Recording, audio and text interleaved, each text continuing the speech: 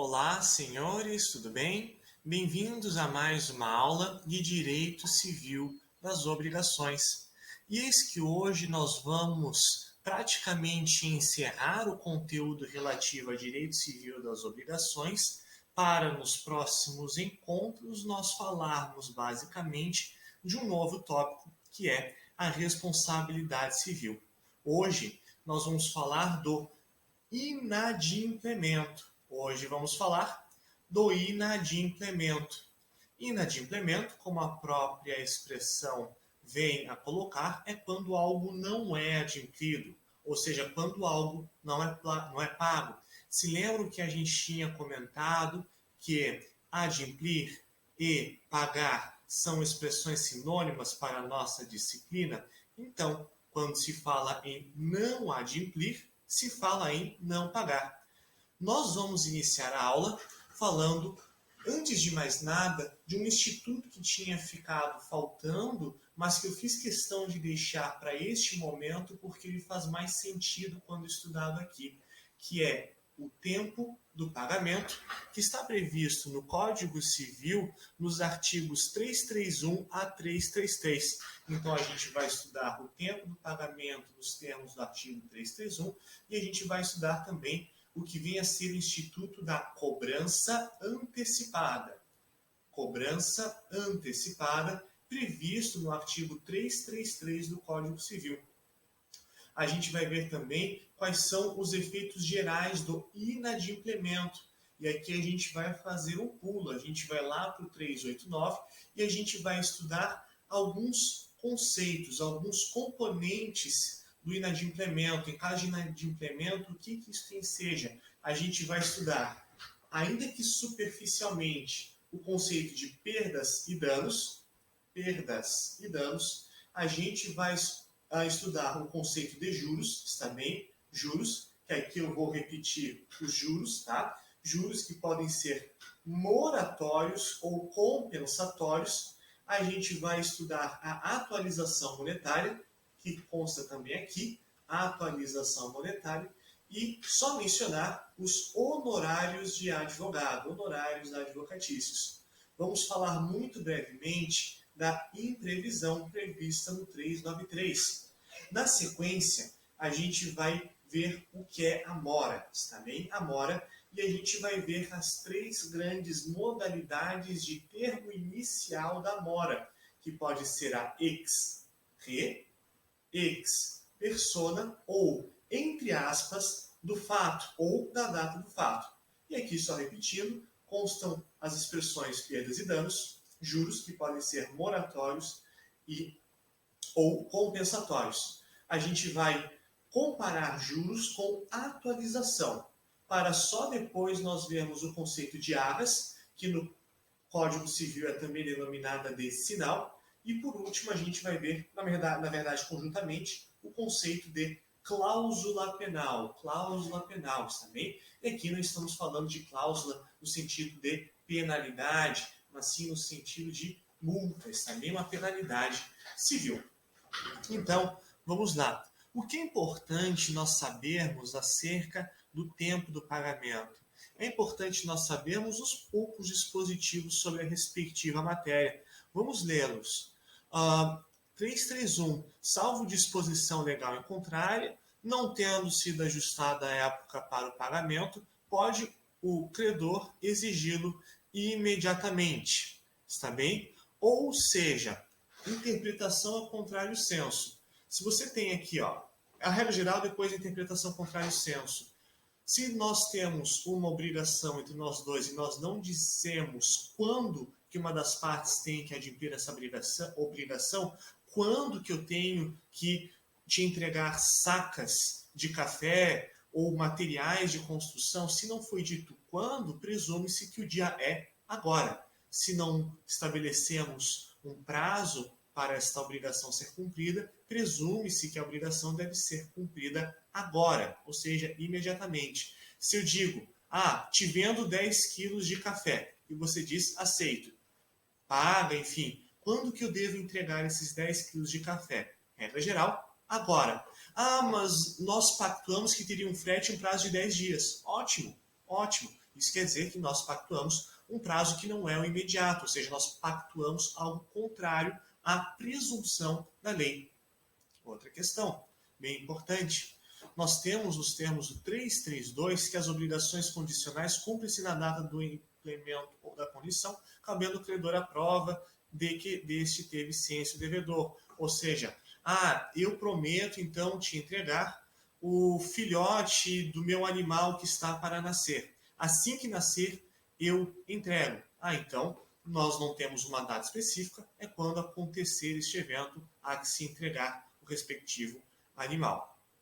Outra questão importante acerca do tempo do pagamento, uma leitura sistemática do Código Civil, especialmente em conjunto com o 314, vem a nos dizer o seguinte: você tem uma dívida, tá? Se você tem uma dívida, você tem que pagá-la quando? Na data de vencimento, tá? Na data de vencimento.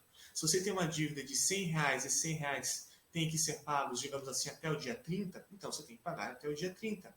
Olha só, você pode pagar 80 no dia 30 e mais 20 no dia 31? A resposta é: até pode, mas isso vai trazer uma série de consequências que a gente vai estudar, cláusula penal, eventual inadimplemento e assim por diante. A data do adimplemento de uma obrigação é a data do seu vencimento. Há exceção para isso? Será que há exceção? Claro que há. 333. Ao credor assistirá ao direito de cobrar a dívida antes de vencido o prazo estipulado no contrato ou marcado neste código. E quais são as hipóteses? 1, no caso de falência do devedor ou de concurso de credores. 2, se os bens hipotecados ou empenhados forem penhorados em execução por outro credor. 3, se cessarem ou se tornarem insuficientes as garantias do débito fidejussórias ou reais e o devedor limitado se negar a reforçá-las. Basicamente, tá? O que se encontra nos incisos 1, 2 e 3 é uma ideia simples. Vamos supor que você tenha como devedor, você tenha João, tá? João é o seu devedor, você é credor de João. Olha só, e João, ele está para te pagar daqui 2 meses uma dívida. Você emprestou para João determinado valor e João se cumpriu a te devolver o valor daqui 2 meses. Só que o João, ele está em uma situação econômica muito instável. Outros credores estão processando o João, tá? Pelo fato dele não estar pagando as dívidas. Né? Há concurso de credores, há uma pluralidade de credores. Ou então, o João deixou um bem em garantia e esse bem já não é considerado forte o suficiente. Por exemplo, foi deixado uma cota em um fundo de investimento em ações, e eis que, como as ações caíram recentemente, esse valor deixado é irrisório ou é insuficiente. Nessa hipótese, você, credor, pode dizer para João: João, você tem que reforçar este valor dado em garantia. Ou então, João, já que você está passando por uma situação em que possivelmente você vai ficar sem dinheiro, eu não vou esperar mais 2 meses para cobrar a dívida. Neste caso, o direito possibilita a cobrança antecipada. O direito possibilita a cobrança antecipada aí nessas hipóteses previstas no 333 do Código Civil. Atenção aqui. Se você já fez um contrato de empréstimo bancário cujo termo técnico adequado é mútuo federatício, tá? Você vai encontrar neste contrato muitas vezes uma cláusula de cobrança antecipada que diz o seguinte: se você, devedor, deixar de pagar as parcelas do seu financiamento, do seu empréstimo, ou seja, do seu mútuo federatício, por 3 vezes na sequência ou 4 vezes na sequência, a instituição financeira vai cobrar o valor total do débito. O que quer dizer o seguinte: vamos supor que você tenha pego emprestado 30 mil reais, tá? 30 mil reais. E você vai pagar agora, todo mês, R$1.000 para a instituição financeira, mais alguns acréscimos de juros que a gente já vai estudar e assim por diante. Vamos supor que você deixe de pagar a primeira parcela, a segunda parcela, a terceira parcela. Você está devendo, né, no caso, R$1.000 por mês. a instituição financeira ela é obrigada a cobrar a parte, esses R$ 3.000 que você está devendo, ou diante deste perigo de você não pagar a dívida, ela pode cobrar tudo. Nessa hipótese, ela pode cobrar tudo por conta de expressa previsão contratual. Está bem? Por conta de expressa previsão contratual. Não confunda. Essa modalidade de cobrança antecipada prevista no 333 está restrita a essas hipóteses legais, porém, contratualmente é possível se estabelecer outras hipóteses de, entre aspas, cobrança, está bem? A cobrança legal, a cobrança antecipada legal é uma e a cobrança antecipada contratual é outra, está bem? E agora, então, vamos passar para a parte propriamente dita do nosso conteúdo. O que acontece? Quando nós falamos de inadimplemento das obrigações, nós temos algumas consequências deste ato. 389. Não cumprida a obrigação, responde o devedor por quê? Nós então temos a ideia de perdas e danos, temos a ideia de juros, atualização monetária, segundo índices oficiais regularmente estabelecidos, e honorários de advogado. O que isso quer dizer? Nós temos então que, caso uma pessoa não pague pelas suas respectivas dívidas, suas prestações, então ela vai ficar obrigada a pagar o quê? Perdas e danos, juros, tá? Mais atualização monetária e honorários de advogado. E aqui eu tenho que fazer, então, uma explicação desses institutos. Perdas e danos, está bem? Perdas e danos. O que vem a ser as perdas e danos? É tudo aquilo, tá? Tudo aquilo que causou uma lesão, está bem? Tudo aquilo que causou uma lesão ao respectivo credor. Ou seja, se você não pagou os R$ 10.000 devidos, ou você, por exemplo, não entregou o carro, você deve aí pagar o respectivo valor, entregar o carro, somando-se a isso as perdas e danos. Ou seja, aquilo que ensejou um dano para o credor. Vamos supor que pelo fato de você não ter entregue o carro, esse seu credor teve que alugar um carro para ir trabalhar. Você se comprometeu a entregar um carro no dia 10 e você não entregou nem no dia 10, nem no dia 11, nem no dia 12. Olha só, você só entregou, por exemplo, no dia 13. Você, nesse caso, inadimpliu ainda que parcialmente a sua obrigação. Você causou um dano para o seu credor. Você fez com que ele alugasse um carro referente aos dias 10, 11 e 12. Você agora tem que pagar o custo do aluguel deste carro que ele veio a utilizar. Isto diz respeito a um dano imediato. Um dano imediato. Vamos supor outra situação. Vamos supor que você não tenha entregue um carro para um motorista de Uber, né? Motorista de Uber em situações normais, né? Ele tira o seu aferimento com isso, em que pese nós estamos em uma situação um pouco crítica, mas em situações normais, o motorista de aplicativo, ele se vale do seu veículo para obter sua renda. E olha só, você deixe de entregar um veículo que você tinha recém vendido para alguém que você sabe que é motorista de Uber. Você demorou 5 dias. Nessa hipótese, o motorista de Uber, ele possivelmente teve lucros cessantes. Por quê? Porque ele ia tirar, por exemplo, vamos supor, R$ 300 ou, não sei, R$ 200 por dia relativo a esse período que ele ficou sem o carro. Já que ele ficou sem o carro por 5 dias, vamos supor que ele tem um faturamento de R$ 200 por dia, né? Ou um lucro de R$ 200 por dia, você tem que tirar o custo. Nessa hipótese, você então está devendo R$ 200 para cada dia que você atrasou na entrega deste veículo e assim por diante. Está bem? Isso diz respeito à ideia de lucro cessante. Dano emergente é uma outra categoria de dano, de perdas e danos. Lucro cessante é uma outra hipótese e diz respeito à situação em que a pessoa ela teve um dano, também ela teve um dano, conforme a gente vai ver em breve, as chamadas hipóteses de responsabilidade civil extracontratual. Nós temos então que, por exemplo, você causou um dano em alguém, você bateu numa pessoa, você causou um dano em alguém, e agora, futuramente, em função desse acidente automotivo, essa pessoa vai ter que realizar uma cirurgia. Você tem aí um dano emergente. Por quê? Porque em breve ela vai ter que pagar algo. Ela ainda não pagou algo, ela ainda não teve prejuízo, mas em breve ela vai ter. Você deve pagar por isso também.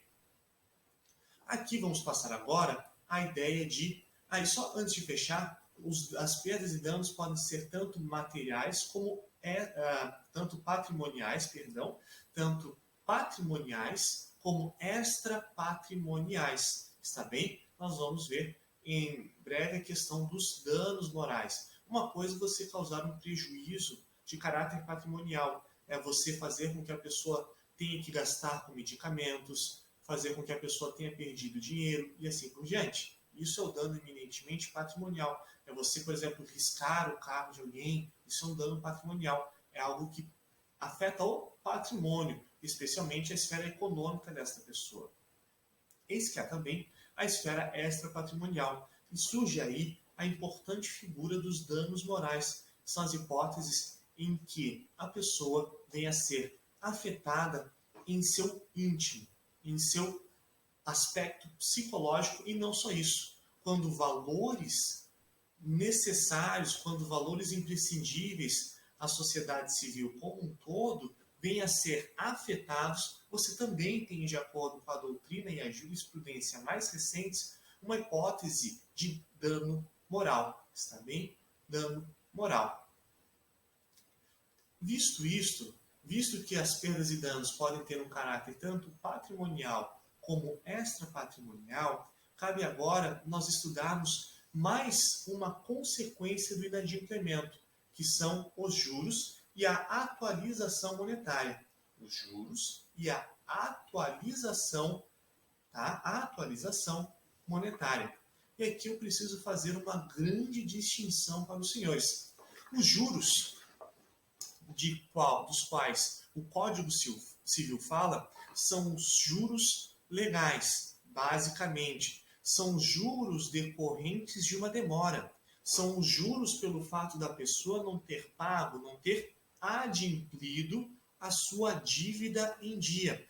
Quando eu falo dos juros aqui, eu falo dos juros que você encontra no seu boleto, no seu carnê de uma conta de luz e assim por diante, que consta assim: em caso de atraso, em caso de mora, aplica-se os juros de 0,02 ou 0,5, enfim, 0,5% ao mês, aplica-se esses juros, tá? É desses juros que eu estou falando. São os juros moratórios, tá? Os juros decorrentes do não cumprimento de uma obrigação em dia.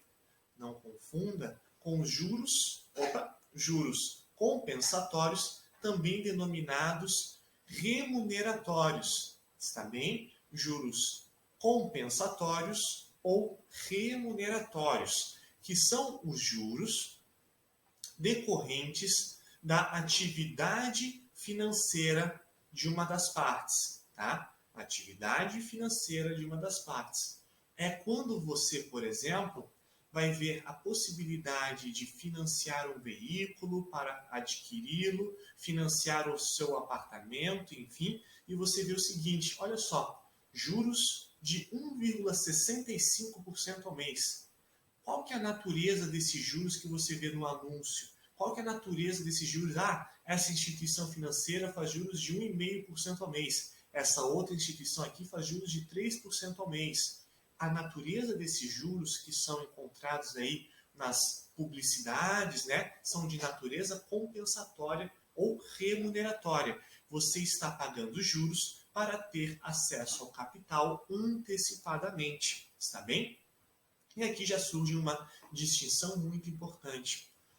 Juros moratórios, juros decorrentes do atraso do pagamento de uma dívida, qualquer pessoa pode cobrar. Está bem? Qualquer pessoa pode cobrar juros decorrentes do atraso de uma dívida. pessoa física, pessoa jurídica, a loja de roupas, qualquer um pode cobrar os juros moratórios. Porém, somente instituições financeiras autorizadas podem cobrar os juros compensatórios. Está bem? Somente as instituições financeiras podem cobrar os juros compensatórios. E olha só que situação interessante. Vamos supor que você queira comprar um carro novo e você vá na concessionária. A concessionária em si, ela pode cobrar juros compensatórios? A resposta é não. Então, como é que essas concessionárias, essas revendedoras, cobram juros de 1,5% ao mês, 3% ao mês? O que acontece? O que acontece é que na realidade, a pessoa que compra um carro na concessionária de uma marca famosa, enfim, não está mais fazendo um contrato com a concessionária. Está fazendo um contrato com o banco daquela marca. Ah, Volkswagen tem um banco Volkswagen, tem um banco Toyota, tá? Há instituições financeiras vinculadas a essas grandes montadoras. E as instituições financeiras podem cobrar juros moratórios. Compensatórios, tá? Elas podem cobrar os moratórios também, mas somente as instituições financeiras podem cobrar os juros compensatórios. O que mais? Quando se fala em juros moratórios, está bem? Quando se fala em juros moratórios, você tem o seguinte: qual que é o valor máximo dos juros moratórios? Tá? Qual que é o valor máximo dos juros que as partes privadas podem cobrar umas das outras? A resposta está no artigo 406 do Código Civil, só que esse artigo 406 do Código Civil deve ser interpretado à luz da jurisprudência do STJ, principalmente. Por quê? Porque nos termos do artigo 406 do Código Civil, nós temos o seguinte, que quando os juros moratórios não forem convencionados ou forem sem taxa estipulada, ou quando provierem de determinação da lei, serão fixados segundo a taxa que estiver em vigor para a mora do pagamento de impostos devidos à Fazenda Nacional. E há, no Código Tributário Nacional, um dispositivo que diz que é 1% ao mês. Ou seja, nós temos um problema aqui, porque aquele dispositivo não se aplica mais. A jurisprudência mais recente vai dizer que se aplica a taxa Selic. Taxa Selic é essa que você possivelmente até já estudou em economia, tá? Na disciplina teórica de economia. Você tem que aplicar a taxa Selic. E por que se aplica a taxa Selic num valor estático como 1%?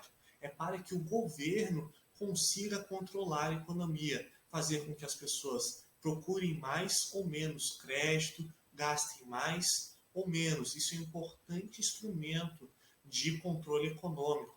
Tá? E aqui já vem a grande polêmica. A taxa Selic envolve atualização. E olha só que situação. O nosso Código Civil diz algo que, por vezes, vai de encontro, de certa maneira, com a política econômica.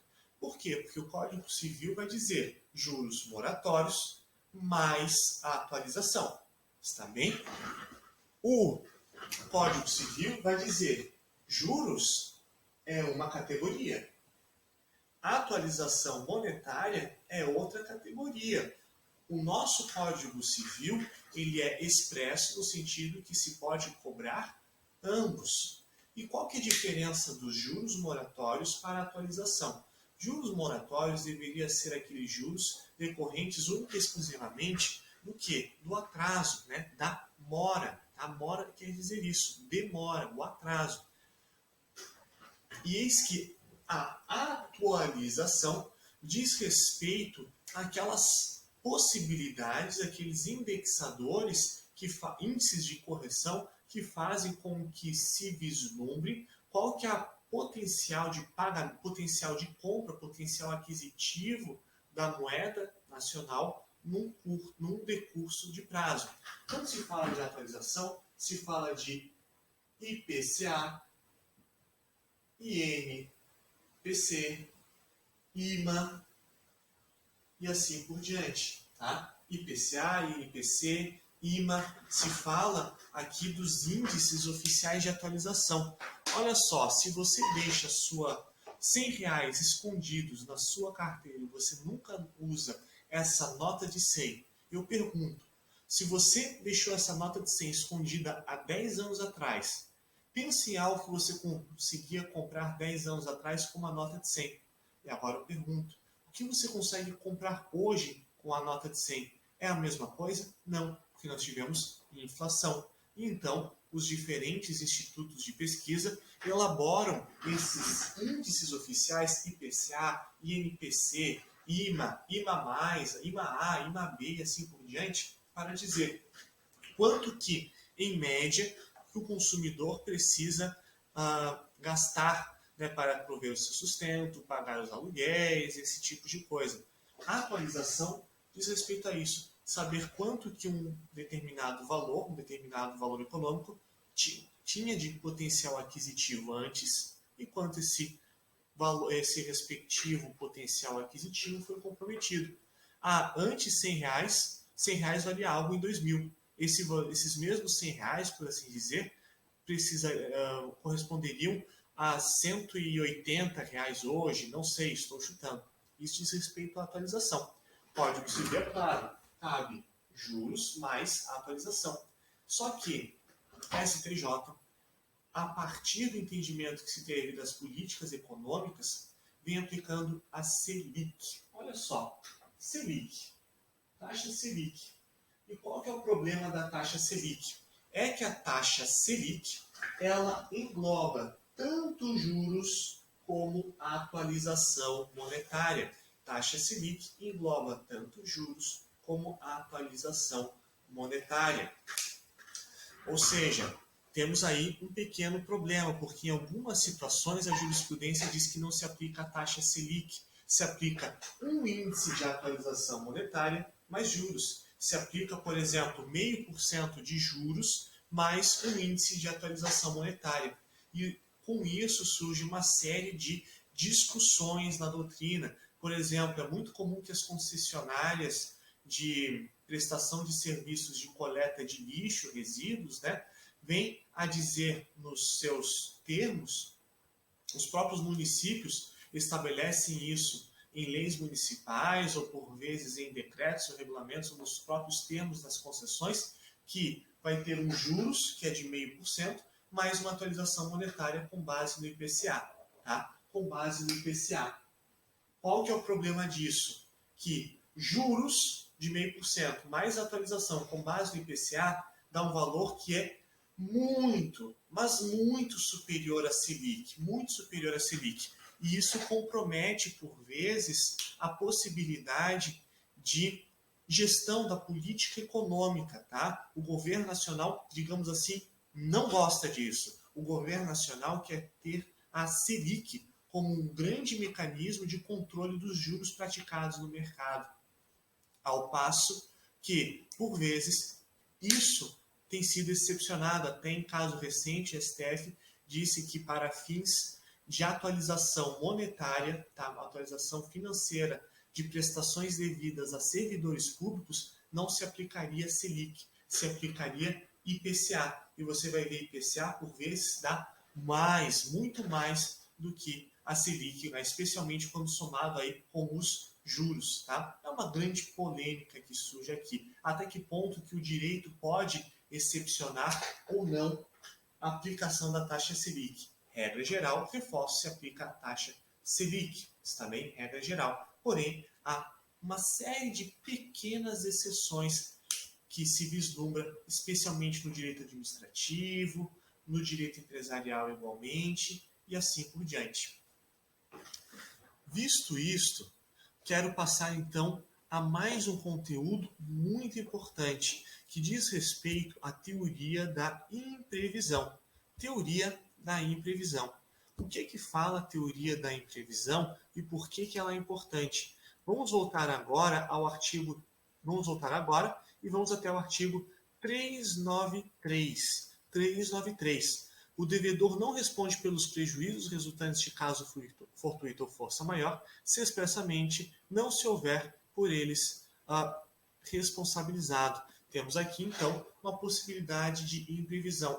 Surgiu um efeito diferente, não se responsabiliza, então, pelos prejuízos, pelas perdas e danos, a não ser que tenha se responsabilizado.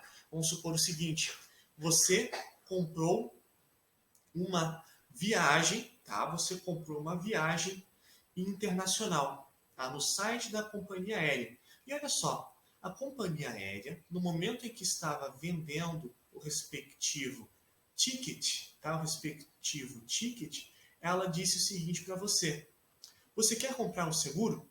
Você quer comprar um seguro viagem? E você, vamos supor, pelo acaso destino, viu que o valor era muito pequeno, era só R$ 15, R$ 20, e você disse, vou comprar esse tal de seguro viagem.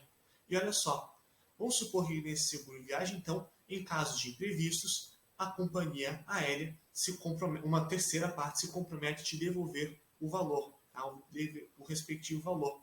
Você aí, comprando seguro, você está garantido. Por quê? Porque nessa hipótese, na medida em que surge algo não previsto pela parte, ela se responsabilizou expressamente. Está bem? Ela se responsabilizou expressamente. Uma possibilidade de teoria da imprevisão, está bem? Mais uma possibilidade de aplicação da teoria da imprevisão aqui no Código Civil. E aqui eu faço uma brevíssima ressalva. Não obstante o 393 contar com a teoria da imprevisão, a teoria da imprevisão não se reduz a esse dispositivo. No caso aí dessa grande adversidade que veio a ser a pandemia.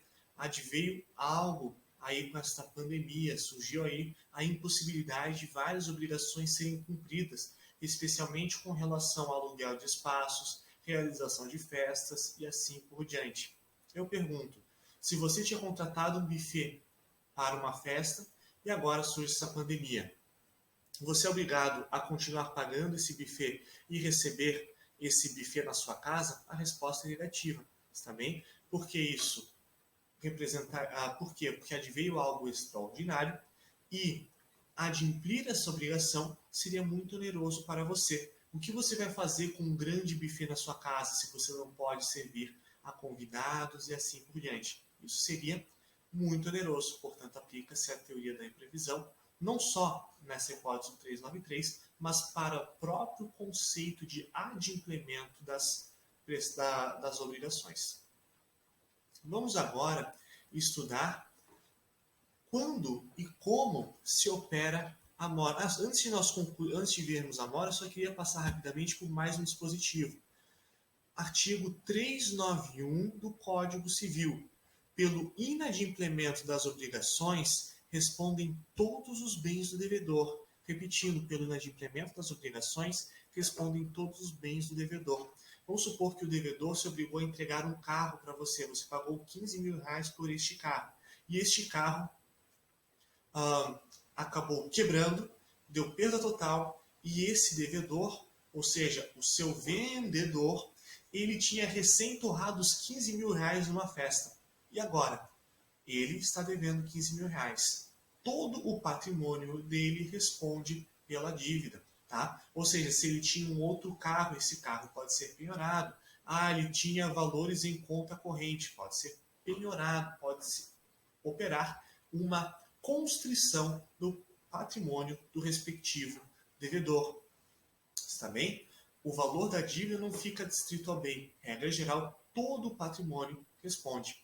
Vamos passar agora para a questão da mora.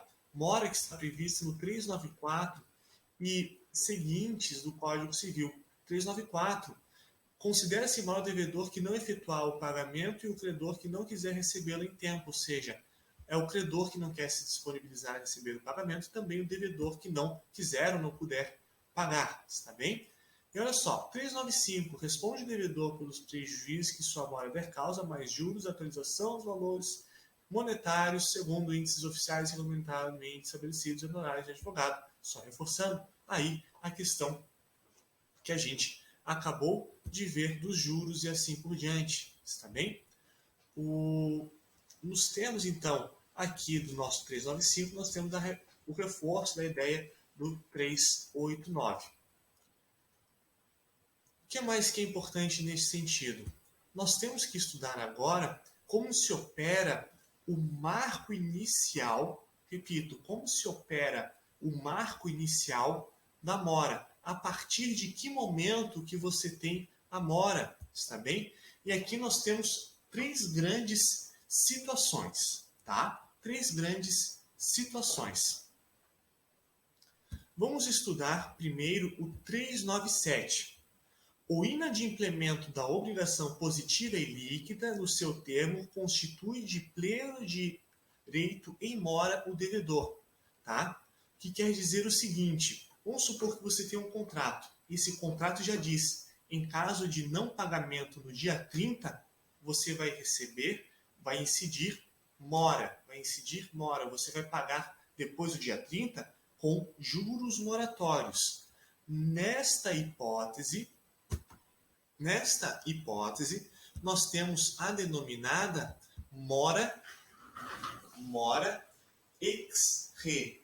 Mora ex re. Ex re quer dizer que advém da coisa. Qual que é a coisa neste caso? A coisa é o contrato. A mora é a possibilidade de se cobrar juros moratórios, atualização monetária e assim por diante, advém da cláusula contratual. É a própria cláusula contratual que está prevendo que, no caso de inadimplemento num dia, no caso de atraso, deve ocorrer, então, o pagamento não só da prestação principal, mas também desse importante acessório que vem a ser os juros moratórios e assim por diante. Está bem? Não obstante nós termos a hipótese da mora ex re, nós também temos uma outra figura, tá? Nós temos uma outra figura que é bem importante, que é a da mora ex persona. A mora ex persona está prevista no 397, parágrafo único, que diz o seguinte: não havendo termo, a mora se constitui mediante interpelação judicial ou extrajudicial.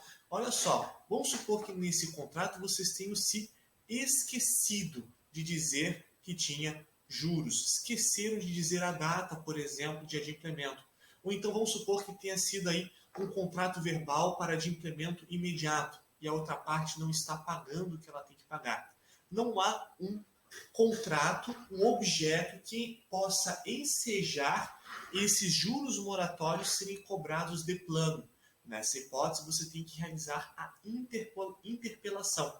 Você, credor, tem que notificar o seu devedor. O credor tem que notificar o devedor. Daí decorre a expressão mora ex persona, porque a partir do momento que esta pessoa é notificada, a partir do momento que o devedor é notificado, é que então é possível se cobrar os respectivos juros. Está bem?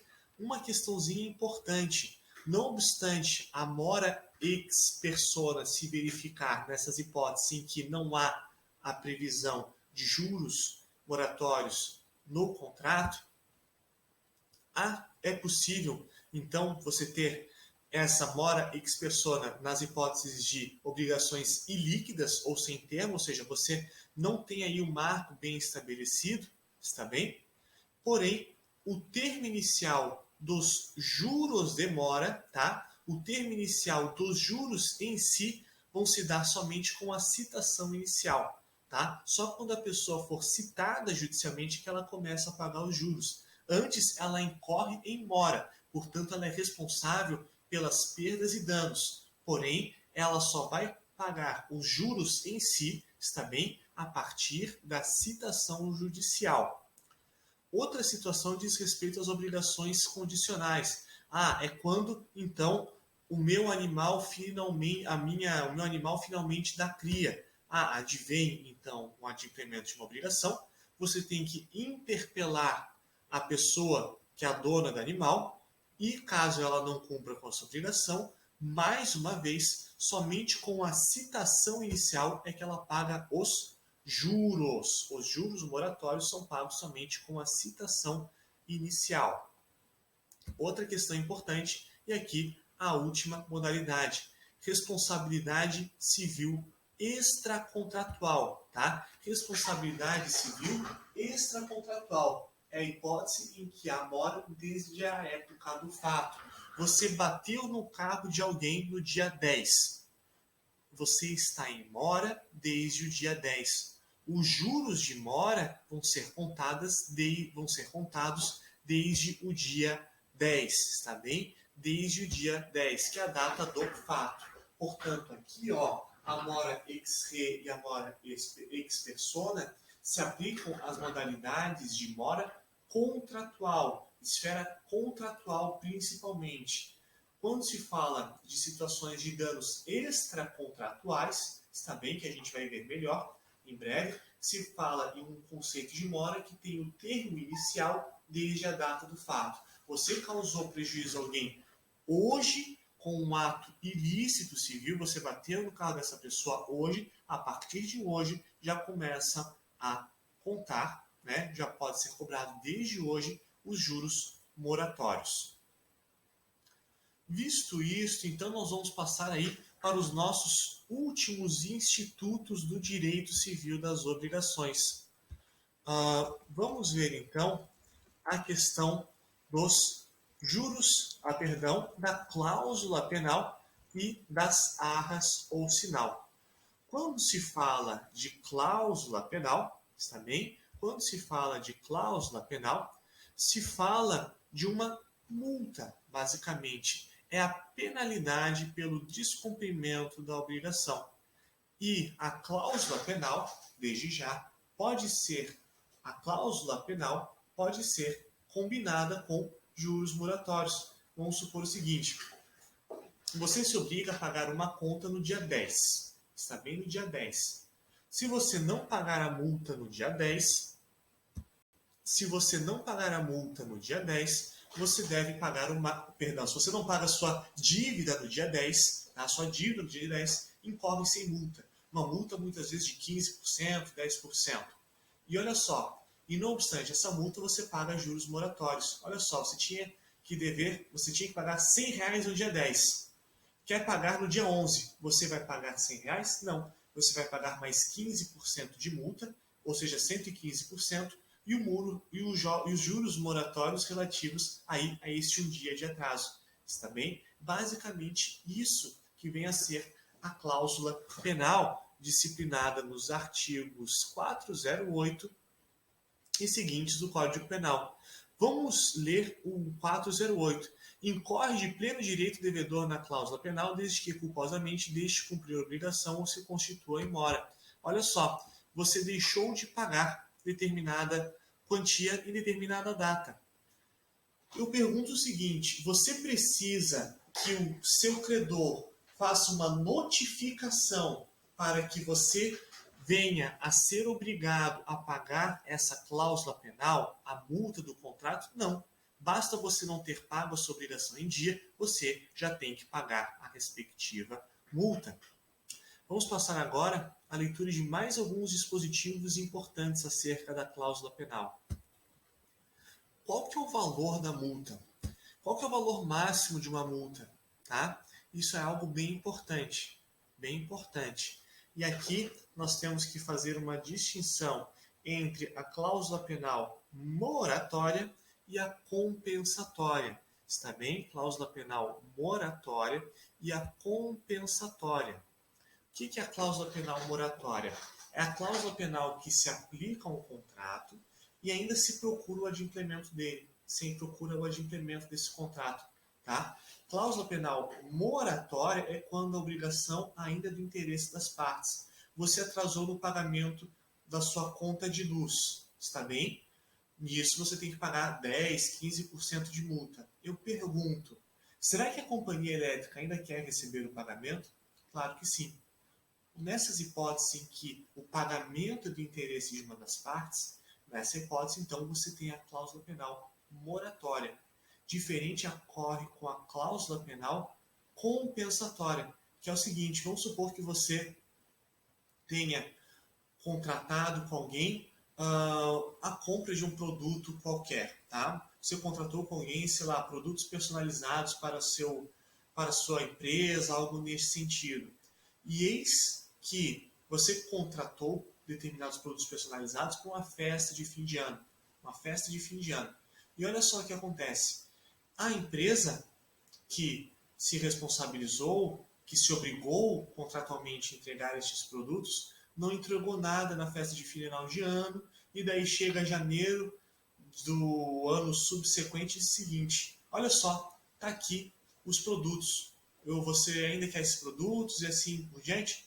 Não. Nessa hipótese, você é credor desses produtos, você que pactuou por esses produtos, não tem mais interesse. Nessa hipótese, é possível se falar em uma cláusula penal compensatória. Cláusula penal compensatória. Você pagou R$2.000 por estes produtos, quanto que você quer de volta? R$2.000. Tá? Essa cláusula penal, ela, então, é possível de ser cobrada. Interessante que o nosso Código Civil fala que o valor da combinação imposta na cláusula penal não pode exceder o da principal. Vamos supor que você tenha dito o seguinte, olha só, a obrigação, o valor de R$2.000, é por esses brinquedos, esses brindes de final de ano. E eis que chega janeiro e não foi cumprida a obrigação. Qual que é o valor que você pode ter de volta? R$2.000, porque aí você tem uma limitação. Está bem? Você tem uma limitação. Eu pergunto o seguinte, você pode cobrar R$2.000 de cláusula penal, mais os próprios brindes, tá? E dar um grande prejuízo para o devedor? Aqui, não. Aqui isso já não é possível. Está bem? Por quê? Porque nós temos a ideia prevista no artigo 413 de redução equitativa. Olha só, 413. A penalidade deve ser reduzida equitativamente pelo juiz se a obrigação principal tiver sido cumprida em parte ou se o montante da penalidade for manifestamente excessivo, tendo em vista a natureza e a finalidade do negócio. O juiz deve, portanto, questão de concurso, tome cuidado, não é que o juiz possa, o juiz deve. Quem vai fazer concurso, tome cuidado com esse dispositivo, tá? Em questões de concurso, eles adoram colocar um pode no lugar do deve, e a assertiva torna-se errada. O juiz deve reduzir equitativamente. Se ele deve reduzir equitativamente, ele vai realizar isso de ofício, sim ou não? Sim, vai realizar de ofício. Importante isso. Uma última questão diz respeito aí ao 416. Para exigir a pena convencional, não é necessário que o credor alegue prejuízo, tá? Ou seja, ocorreu-se aí um inadimplemento, você não precisa provar que sofreu pelo inadimplemento e assim por diante. A questão mais importante nos termos da cláusula penal é que ela venha a ser, regra geral, uma redução das perdas e danos. A cláusula penal ela é uma redução do que? Das perdas e danos. Portanto, isso traz mais segurança jurídica às relações contratuais. Por quê? Porque quando se fala de cláusula contratual, se fala de uma situação em que muitas vezes se pactua aí justamente pelo não mais pagamento de perdas e danos, então somente a cláusula penal. Você não pagou a dívida a tempo? Não se fala em perdas e danos, se fala em cláusula penal, em multa. A sua multa é 15%. E pronto, acabou. Está bem? Vamos agora, então, ver o último instituto, que é o das arras ou sinal. Tá? Arras ou sinal. Arras ou sinal diz respeito... Desculpa, antes de nós passarmos a arras sinal, daí eu só queria então reforçar duas expressões. Essa cláusula penal, quando ela tem natureza, digamos assim, moratória, ela também é denominada de coercitiva. Tá? Coercitiva. Quando você quer forçar alguém a cumprir com a sua obrigação, é a cláusula penal coercitiva. Ou então também temos a situação da compensatória. E a compensatória também é denominada de ressarcitória. Está bem? São outras duas expressões para designar essas situações. Então temos moratória como sinônimo de coercitiva, cláusula penal moratória, coercitiva, são expressões sinônimas, e cláusula penal ressarcitória ou compensatória são também expressões sinônimas. Agora sim, vamos passar à situação do arras ou sinal. Arras ou sinal. O que acontece? Algumas vezes, para se trazer maior certeza aos contratos, as partes podem solicitar uma das outras o chamado sinal, tá? O que é isso? Ah, eu vou te vender um carro. Você vai comprar meu carro mesmo? Vou. Você vai pagar por ele? Vou pagar por ele. Então, eu quero o quê? Eu quero um depósito. Você adianta R$ 2.000 aí por este meu carro. Está bem? Isso é um exemplo clássico de sinal ou arras, expressões sinônimas do Código Civil. Está bem? Diz respeito, então, a essa situação em que se paga algo, se deposita algo para outra parte, com fins de se confirmar, também confirmar ou de se antever um direito de arrependimento. O que acontece? Os artigos 418 e 419 do Código Civil vem tratar da situação das arras confirmatórias e 420 das arras penitenciais. O que quer dizer o seguinte: teve arras, teve sinal, você pagou o sinal R$ 2.000 e você desistiu desse negócio. E agora, o que acontece com esses R$ 2.000? Se for arras penitenciais, aí perde-se esses R$ 2.000, está bem? E não há que se falar em perdas e danos e nada mais. Mas se for confirmatórias, a situação não é exatamente essa. Vamos passar a análise dos dispositivos. 417. Se por ocasião da conclusão do contrato uma parte der a outra a título de arras, dinheiro ou outro bem móvel, deverão as arras, em caso de execução, ser restituídas ou computadas na prestação da dívida, se do mesmo gênero do principal. Ou seja, diz respeito a essa situação em que você está executando determinado valor. Essas arras representam um valor da dívida. Vamos supor que determinada pessoa não tenha adimplido com o pagamento de R$ 10.000 acerca de um carro, mas ele já tinha pago R$ 2.000, tá? A título de arras. O valor do contrato, o valor deste carro, aí deste bem, o bem imediato do contrato era de R$ 10.000, está bem? E a pessoa pagou R$ 2.000 de arras ou sinal. E agora? Ele ainda se tem interesse na execução deste contrato, está bem? Nessa hipótese, o que aconteceu com esses R$ 2.000? Eles somem? Não, eles devem ser considerados como adimplemento de parte das obrigações. Prosseguindo, 418 e 419 na sequência. Se a parte que deu as arras não executar o contrato, poderá a outra tê-lo por desfeito, retendo-as. Olha só. Então, olha só a situação. Uma parte não quer executar o contrato, tá? Uma parte não quer executar o contrato. E olha só, já tinha ocorrido o pagamento.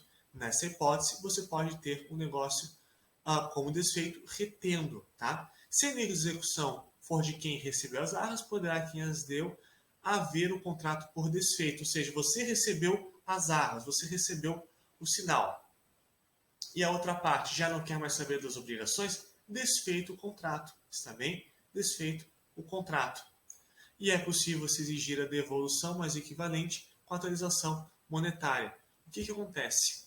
Vamos supor agora que você tenha pago as arras. Você pagou as arras e a pessoa para quem você pagou as arras não quer mais te vender o carro. Você tinha pago a arras, você tinha pago o sinal, ia pagar mais R$ 1.000 por mês. E a pessoa não quer mais te vender esse carro. O que acontece? Você tem direito a este sinal de volta, tá? As arras de volta. Esses R$ 2.000 que você pagou como sinal não estão perdidos. Poderão ser ressarcidos aí com a atualização monetária, mais juros e honorários de advogado. Também nos termos do 418, parte final. E daí nós temos 419, a parte inocente pode pedir indenização suplementar. O que acontece? Vamos supor que agora você tinha pago, a título de sinal, R$ 2.000 para o carro lá que você ia comprar, ia pagar mais R$ 1.000 por mês. E você teve prejuízos, você precisava deste carro para uma viagem. O que acontece? Você tem direito a pedir não só as arras, né, esses R$ 2.000 que você já tinha pago, como mais perdas e danos. O prejuízo que você teve pelo fato de não ter tido esse carro para a sua viagem. E olha só, para nós fecharmos, 420, arras penitenciais. Se no contrato for estipulado o direito de arrependimento, olha só, aqui estamos falando de quantificação do direito de arrependimento.